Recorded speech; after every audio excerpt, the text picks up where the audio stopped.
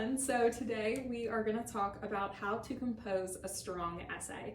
And I know it can seem really overwhelming at first, but I promise you it's as easy as making a burger. Let me show you what I mean. So first we have our intro paragraph. That's like our top bun. And the intro paragraph has 3 key ingredients. So first we have our hook.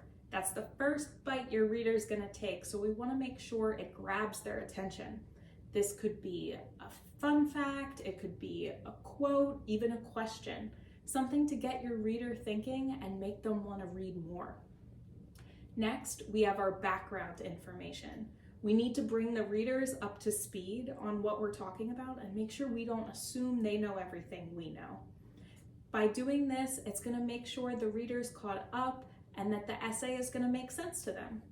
And lastly, we have our thesis statement. This is the most important part of the intro paragraph because it takes all the good information you have in the entire essay and sums it up into a nice little sentence. You're going to start a thesis by stating your main point, and then you'll note the supporting evidence that's going to come in your body paragraphs. For example, a thesis statement could be something like, school should start later in the morning because it will decrease tardiness and absences. It helps students be more focused in class, and it benefits both students and teachers' overall health by letting them get more sleep. So after we have that intro paragraph down, we can move on to our body paragraphs. It's the meat and filling of our essays. So this is where we have our patty, our cheese, all of our toppings, our sauces, everything that makes the burger good. So each of these paragraphs should start by stating your topic for that paragraph. And then the nice thing is that you've already written it out in your thesis. So the body paragraph should have a topic sentence followed by evidence and examples to back up your point. In our example, that school should start earlier in the morning. And evidence can be facts, quotes, or even real life examples to support our point. But it's important that if we use any outside sources to back up our point, that we're using ones we can trust and we're making sure that we give them the proper credit. We can't take someone else's work and just plop it into our essay. We have to make sure we say it in our own words, not just switching around a couple, and also that we're giving the author credit in our works cited or within our sentence. And we need to make sure if we take something directly, that we're putting quotations around it. Now, in every body paragraph, we want to finish it off with a sentence that relates the paragraph back to our thesis.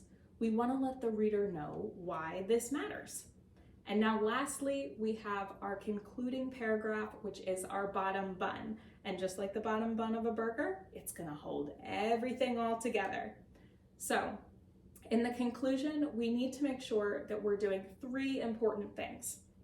And that's going to be first, restating our thesis. We want to say it in a fresh way, not the same exact way that we did in the original thesis.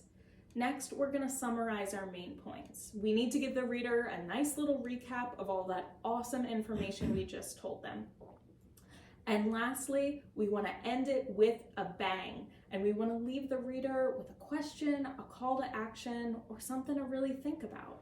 So, for example, using the same example I started with of having school start later in the morning, we could end it with a real bang with a sentence, something like, so, if hitting the snooze button means that students are on time, more focused, and healthier, maybe it's time for schools to wake up. So, and just like that, you have a great essay and a great burger. Now, lastly, I want to recap this all with a little cheer to help you guys remember. So, first we have the Intro, yeah, that's our top bun. We need to write a thesis to get the job done. Next, we have the body paragraph. That is all the fillings. Supporting evidence and details keeps the patty grilling. Last, we have the Conclusion. Let's give them one last bite. Restating and relating makes our essay out of sight.